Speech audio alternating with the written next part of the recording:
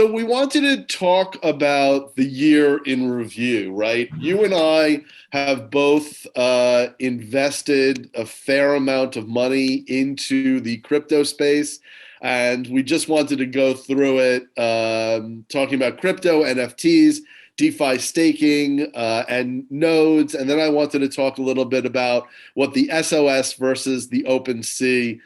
Maybe we should start there because that was probably the most interesting thing that happened. Of course, I had been saying to you for weeks, hey, Christmas is going to come around. We're going to have all of these airdrops. We're going to have millions of tokens. It's going to be amazing. And nothing really happened from, I was predicting unstoppable domains. I was predicting OpenSea. I was predicting MetaMask. We're going to drop millions of tokens. And none of that happened. But what happened was this company from left field came in and dropped, they were SOS. And honestly, I think I've translated what SOS means, and I'm going to say that in a second because it's very controversial. But we got airdropped all of these SOS tokens if you were somebody who was on OpenSeas and you had bought NFTs or you had traded NFTs. All of this qualified you for what turned out, at least for me, and I didn't. Here's the fascinating thing. The numbers are very interesting because I know people that have put in 3, 4 ETH worth of money. So thousands and thousands of dollars, and they wound up with basically 100 million tokens. I put in 0.77, which is not even 1 ETH. So it's not even $4,000. I think I put in basically $3,000, and I wound up with 45.7 million SOS tokens. Now, of course, they immediately went up. A lot of people sold. They got a couple of $100. Maybe they made $1,000 off of it. But now the question is, what is this? Why were we given this? And what do they plan to do with this? Because if there's no utility behind it, but here's the thing. I think SOS means stop OpenSea. I think that this was an inside job. I think that someone inside that OpenSea corporation, because they have less than 200 employees, I think they have a ridiculous number, like 20 employees, when they're a billion-dollar company, they're not expanding.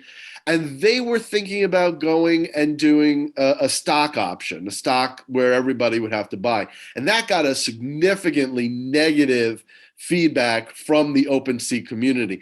And I think people are just fed up. I think that people are fed up with the fact that OpenSea isn't, blue chipping a lot of these projects that have been out there. You and I both have Magic Mushroom. They still are waiting for their blue check mark. You have all of this money that is in OpenSea now. Why not turn that around and provide us a token instead of going public in an old school fashion with the stock market? Stock market just means we're a company, we want more money, you should invest in us, and we're going to do great. A token says, you've worked with us, you've bought stuff from us, we're going to give you a dividend immediately, and you're going to be able to sell that as a token. So I think SOS was an inside job to push OpenSea, to provide tokens to everybody. And now we're going to see. Now we'll see. Now they're behind the 8 ball, because now if you have a competitor who has given everybody who has done transactions in OpenSea's tokens, then OpenSea is really standing there with their pants down saying, okay, well, they have to do something. Yeah, I don't. You're the one who told me about it. We've discussed it. I'm learning as much as the people who are listening right now. You have done more research than I did. I was really surprised, and I didn't know where that came from. But I think we can expect 2022 to be a big year. I think this year it's still a small world, still a niche NFTs. But 2022, with the expansion of like big people on Twitter, like influencers on Twitter that have talked highly about NFTs, that have been involved in NFTs. a lot of big projects are coming like Q1 of 2022. I think it's going to become even more overwhelming than it already is. So I think it's super exciting, and you've mentioned that before. You've been in the web 1.0, web 2.0, and now we're going to web 3.0. I think you've been there first two times, like deep in there. So I think you have a better understanding of what we're going through. Yeah. But I think it's going to be exciting, scary, but mostly exciting. Yeah. You tried to get in on the Steph Curry project. Tell me about that, because we didn't get a chance to talk about that. Yeah, so I'm not a big fan of NBA, but Steph Curry, his journey, the way he plays, the way he handles himself when he gets off on the field, like everybody talked about it on Twitter, and then he has made a big like I think he's best 3-point shooter in NBA history with 29.74 when he did it. I think it is more now. And he decided to do a drop of NFT of 2,974 NFTs on a platform. I don't remember the name, but you had to connect to this platform, put funds in your wallet. So put $500 to be able to buy one of those NFTs. I was not able to secure like to put those funds in because the website was not allowing me to verify my identity. So I had to pass on that. But I really liked the project because it was something like it was an athlete that I see myself in. Like I love the athlete. I want to support that. And especially like 100% of the funds went back to a foundation and one of his foundation as well. So I'm kind of a little bit disappointed not to have been able to grab one of those. Um, and yeah, it was a really cool project. I think if people had the chance to get it, I think they made a big, it was a great investment because I'm sure like some of them sold for like they did tied to 2x 3x 4 depending on the rarity or whatever. But it was a cool project for me at least. So what did you do better in? Did you do better in crypto or in NFTs when we look at this as a review for the year? I've been in NFTs for like almost 2 years now. Crypto, sorry, for 2 years. Oh, So I haven't touched any of the money that I put in, maybe a little bit more. But it was a really good year for me in NFTs in terms of learning. I think it was a great learning experience with you. We exchanged. yeah. We've had great people on the show that were able to tell us about their project, how they started, how is it going, what they did good, what they did wrong. Um, I'm also listening to different podcasts, following people on Twitter. So I'm still learning because it's brand new for everybody. Everything is fast paced. Everything is changing really fast. So I'm still learning, but it's been an exciting journey. I've been able to play with some of the money I had in crypto. So I was able to be like, okay, listen, I'm going to put this amount of money and buy like some of the project that I like. We bought Bungie together. Right. I bought other project on my own. The very first NFT I got is from you when I purchased a piece of one of your former artists. So Mm, it's how we got started into NFTs together, and right. then since then we've been learning, and it's been great in terms of the learning experience. Yeah, well, I'm pretty excited for you to come along on the journey for what we're planning for 2022. You I'm know a lot excited. of you know a Yeah, lot of the behind the scenes that we can't really talk about, but there's a lot of projects that we're involved in that are going to be very interesting just in terms of technically how do they get off the ground, right? We understand the marketing side of it, but the technology side and things are going to change so much in this next year, in this first quarter of 2022.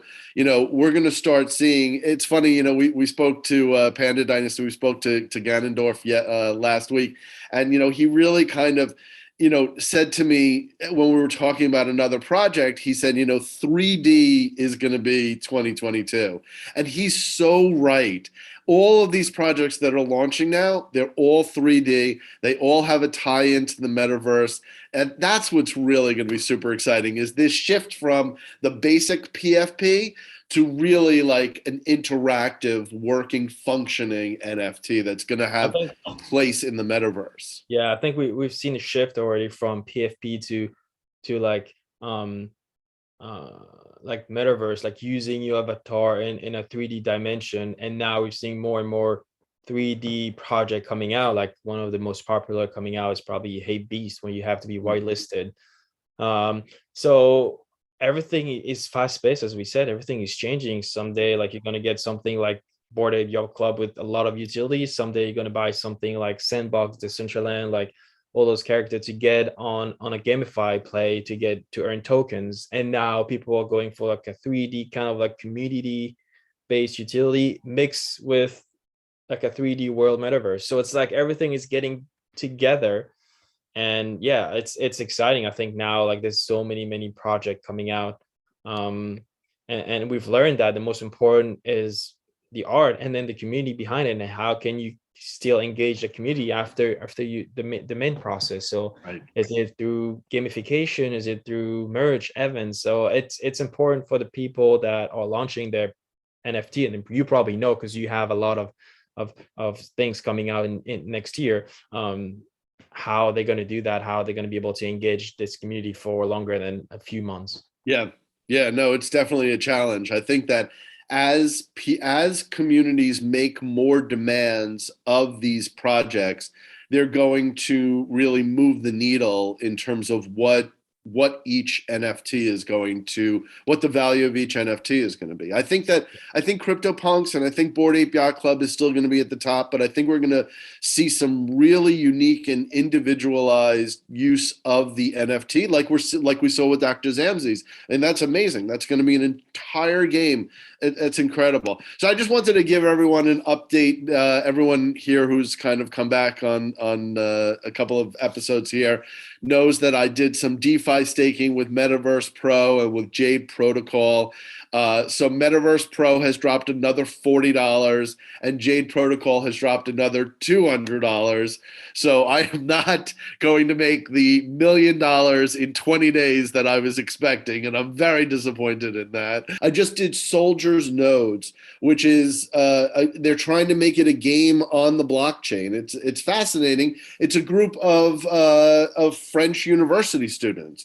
We'll definitely try to get them on the podcast as well and talk to them. So we'll reach out to them. Try it, yeah, because I've jumped on the Discord and I've seen from the few chats that I've been involved in, just looking at it, I feel like a lot of people were kind of like not angry, but like they had concerns about, and you told me about the concerns about the project had.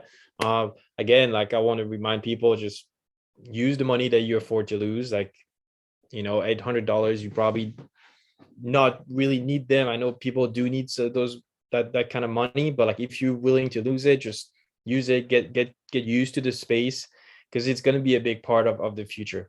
Yeah, I mean, look, I put $300 into Jade Protocol when it was $341 per token.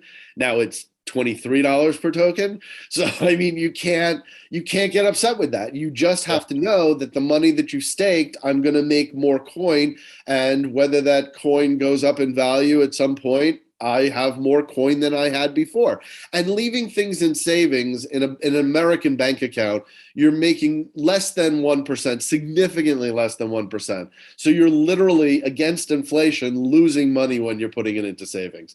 So why not put it into something like this? Now, Soldiers Node, the reason why I put it in, maybe if I had done a little bit more research, I would have been more hesitant.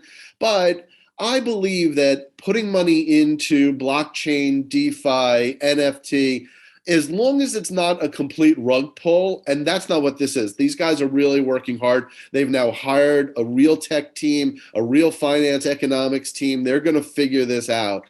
But I think that every single project that I've put into, NFT, DeFi, crypto, all of these, are going to increase by 2024, 2025, because they were first to be in there. And so when people are looking where to invest, they're going to go with the company. Just the same reason why we do OpenSea, because OpenSea was the first one. They know what they're doing. Yeah, there are other protocols, other applications out there to use, and now maybe I'll look at Wax, definitely. And I just got a Phantom wallet. I have to expand. So Yeah, exactly. I think that all of it is a great education. Of course, we're super early to the curve, and in a year or two from now, we're not going to people who are just getting into it aren't going to have to do these hurdles like we have to do with the verification and with the different the main nets and the test nets and all this different stuff that we're learning. It's really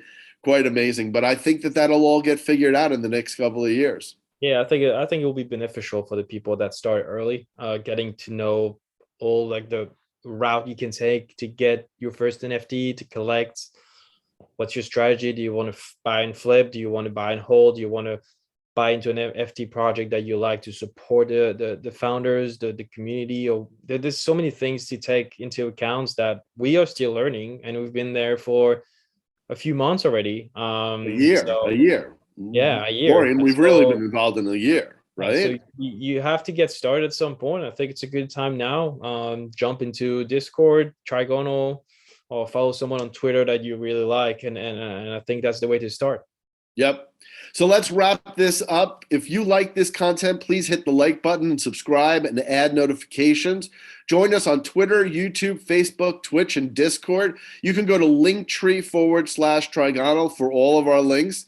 We've got some great guests lined up for the current season, including World of Freight out of Estonia and Galactic Stars, the Daves, plus many more. If you are building or have already launched an NFT project and you would like to be a guest on the show, make sure to join our Discord and send me a DM.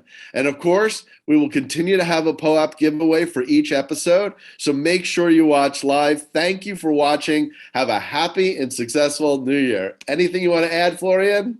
No, thanks for following us all along this year. I think next year is going to be a better structure, let's put it that way, podcasts. I think we're going to have great guests. We're going to have more better content, and I'm excited to see how this space evolves. And happy end of the year, happy new year for the guy in the next 3 or 4 days, and I'll see you next year. Absolutely. I'll see you, Florian, when you get back to the United States. Have a fantastic vacation. Happy New Year, happy Merry Christmas, everything. I will see you soon. Thanks. Bye.